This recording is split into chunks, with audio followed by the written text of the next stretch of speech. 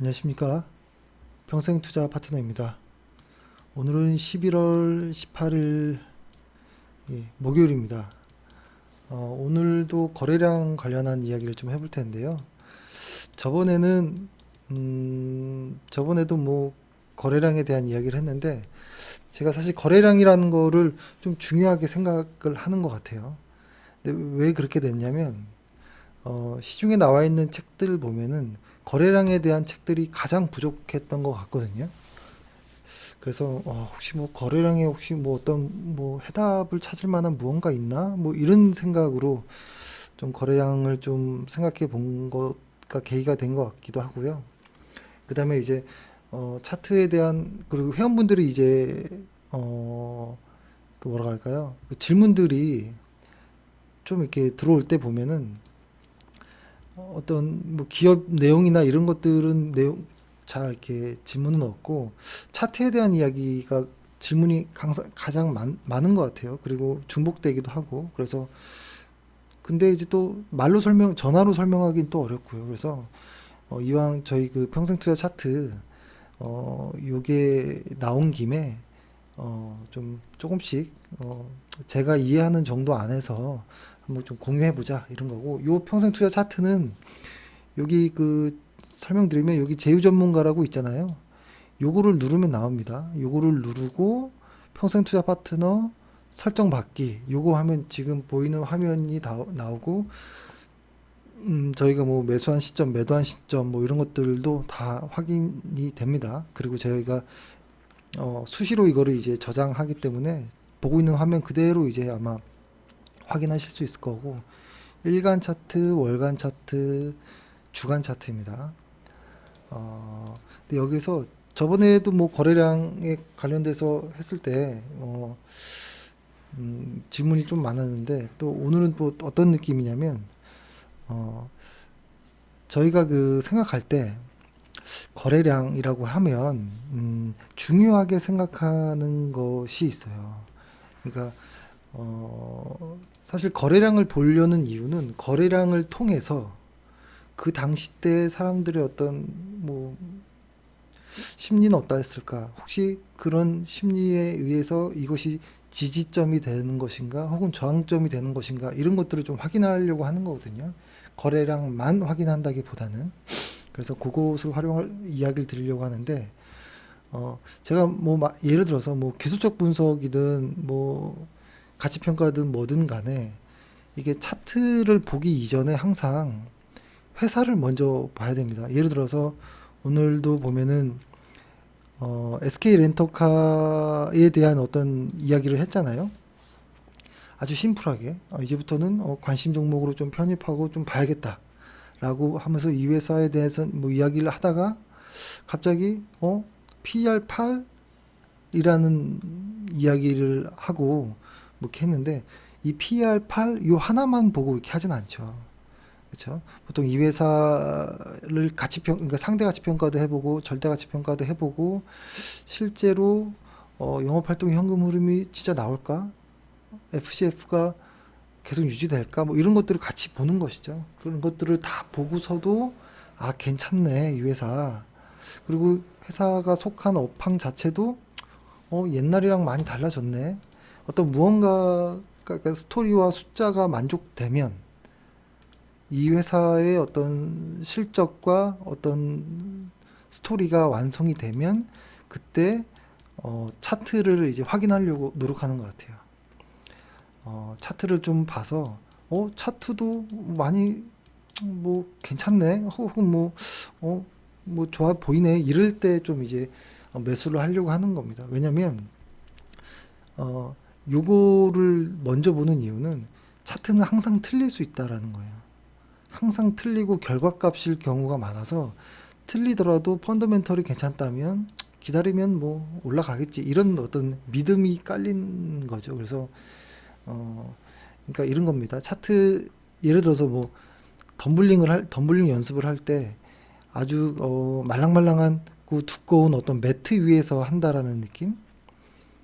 근데 실적 안 보고 차트만 본다는 거는 매트리스 없이 그냥 맨 땅에서 연습하는 아주 위험할 수도 있는 잘못하면 머리가 깨질 수도 있는 그래서 저희는 겁이 많기 때문에 매트릭스를 항상 깔고 그 다음에 어떤 차트를 보는 이런 것들을 합니다.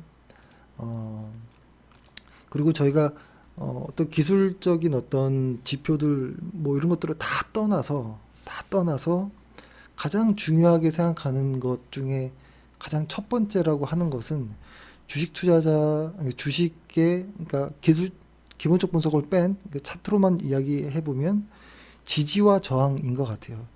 지지와 저항. 저는 이게 사실, 가장 핵심의 어떤 기술적인 어떤 분석의 시작 혹은 처음과 끝이 아닐까라는 생각도 할 정도인데요. 이런 겁니다. 예를 들어서, 음, 어떤 무언가가 막, 그러니까 이거를 시작했던 이유는, 제시 리버모라든지, 혹은 윌리엄 오닐이라든지, 혹은 뭐 니콜라스 다비스라든지, 뭐 이렇게 이런 쪽들, 혹은 뭐 터틀 트레이더라든지, 혹은 뭐 이런 방식들에서 이제 힌트를 얻은 거죠. 저 나름대로. 아, 진짜 이게 지지와 저항들이 핵심이고 중요하구나라는 것인데, 만약에 이런 거죠. 뭐 주가가 이렇게 가는데 어떠한 채널을 만드는 것 같아요. 아래서는 저항, 지지가 돼서 올라가고 위에 올라갔더니 저항을 받고 내려오고 뭐 이렇게 하다가 결국에는 이 중요하게 생각했던 지지와 저항선을 뚫고 올라가는 이런 자리들이 기술적 분석하는 사람들에게는 아주 중요한 매수 자리가 되겠죠. 요런 자리이고 또 이게 또 올라갔는데 또 지지와 저항을 받고 가면서 또 뚫고 올라가는 이런 자리들이 아주 중요하겠죠. 근데 나중에는 올라가다가 이 중요한 자리를 깨고 내려올 때 여기는 이제 매도해야 되는 아주 중요한 자리 뭐 이런 것으로 보거든요. 그래서 이렇게 지지와 이런 저항들을 확인하기 위해서 거래량을 본다라고 말씀드릴 것 같아요. 자세히 이게 어떤 말이냐면 이런 거죠. 만약에 지지와 저항이 이렇게 생긴 거예요. 여기서 주가가 저항을 받고 아이고 너무 엉망이네요.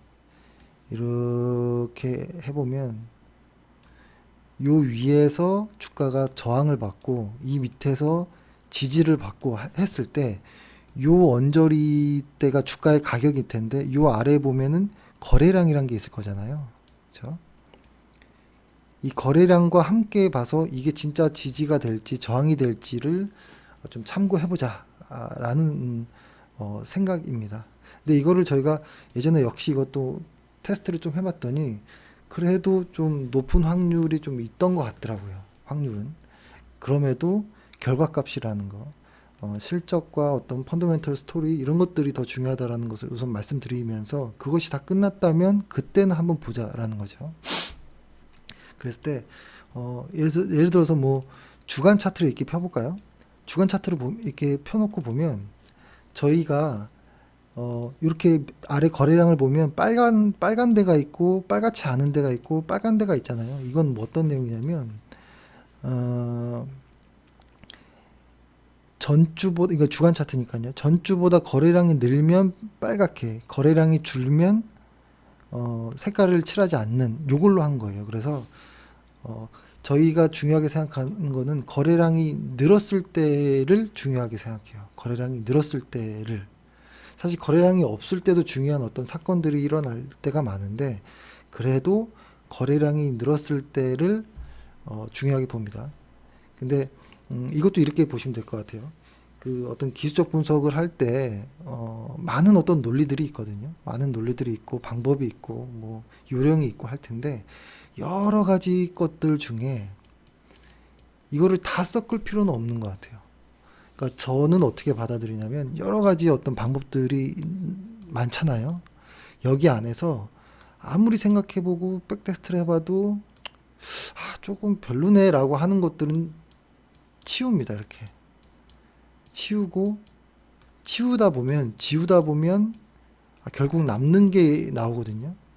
요걸 가지고 좀 활용을 하려고 하는 것 같아요.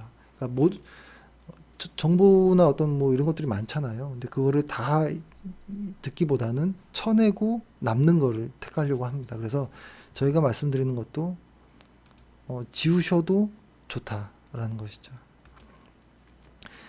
그렇게 했을 때 어떻게 해보냐면, 예를 들어서 삼성전자라고 해보면, 저희는 이 거래량이라는 것은 한 2년 정도까지는 시세에 영향을 줄 수 있겠다라는 생각을 합니다.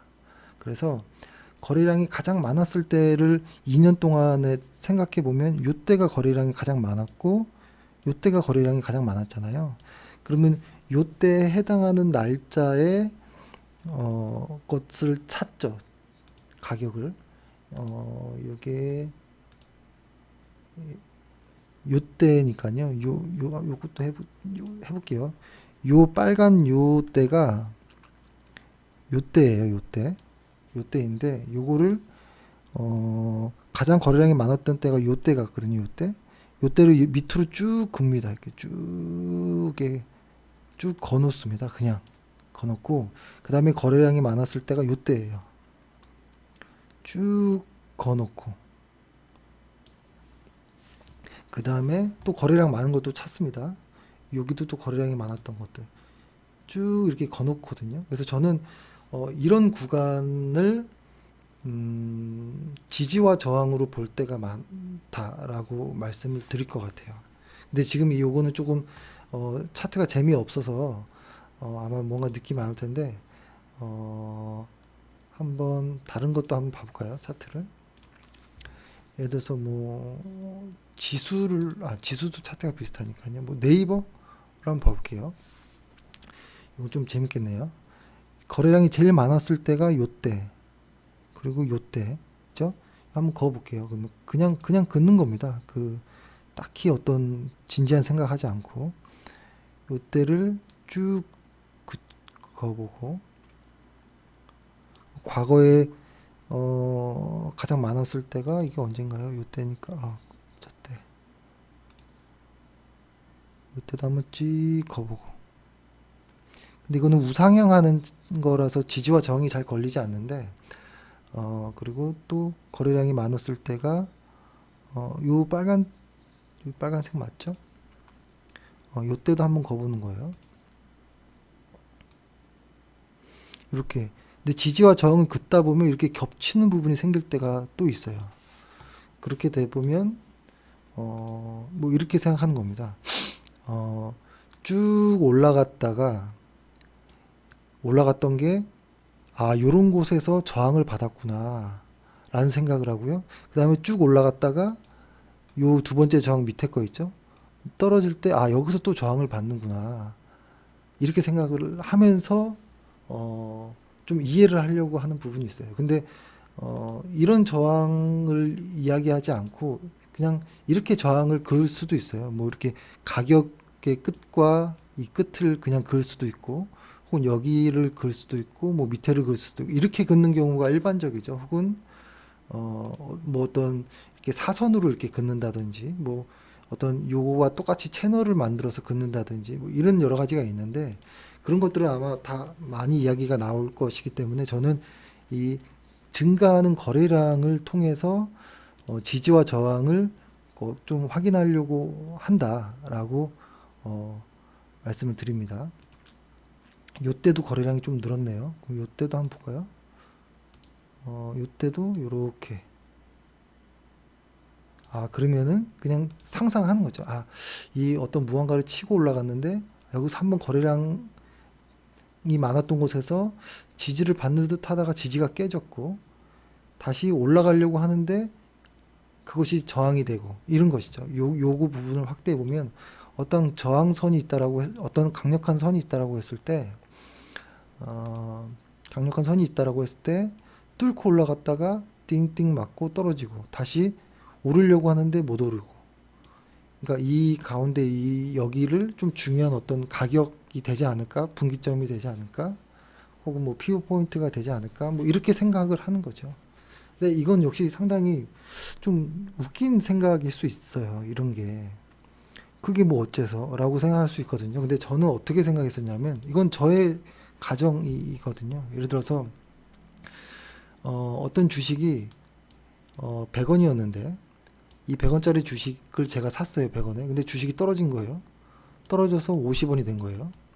별의별 생각이 다 들죠. 이 100원에서 50원으로 떨어지는 동안에 아주 안 좋은 생각으로 많이 들 거예요. 희망적이지 않은. 근데 이것이 다시 쭉 올라가서 100원 근처 95원까지 왔을 때는 어떤 느낌이었냐면, 저도 주식 초반에 할 때 이거 해보면 거의 비슷한 가격이긴 한데, 이 하락했던 이 기간, 반토막 났던 기간 때 너무 힘들었던 이 스트레스가 기억이 오랫동안 남아 있다 보니까 내가 본전만 되면 팔 거야 라는 생각이 들어요, 저절로. 그래서 이 근처만 가면 팔아버리고 이런 행동을 했던 것 같은데요. 진짜 좋은 주식들이 이렇게 뚫고 올라가는 거죠, 여기서 이렇게. 그렇죠. 그래서 보통 밑에서 어떤 중요한 매물대 혹은 저항 구간이 있을 때 이 근처에서 몇 번 이렇게 주가가 흔들리고 나중에 툭 튀고 올라가는 경우들을 많이 봤을 거예요. 그리고 반대로 제가 만약에 100원에 어떤 주식을 샀는데 사자마자 150원이 된 거예요. 그러면 이제 어떤 생각이 드냐면, 아, 역시 나는 주식의 신이야, 천재야 라는 어떤 자만감이 좀 들죠. 뭐 기분 좋죠. 근데 이게 떨어집니다. 떨어져서 내가 샀던 100원보다는 조금 높이 와 있어요. 105원 정도. 그러면은 그래도 아직은 플러스 수익이고 내가 좋았던 기억들이 많기 때문에 요 근처 오면 추가 매수를 합니다. 그래서 또 튕겨 올라가요.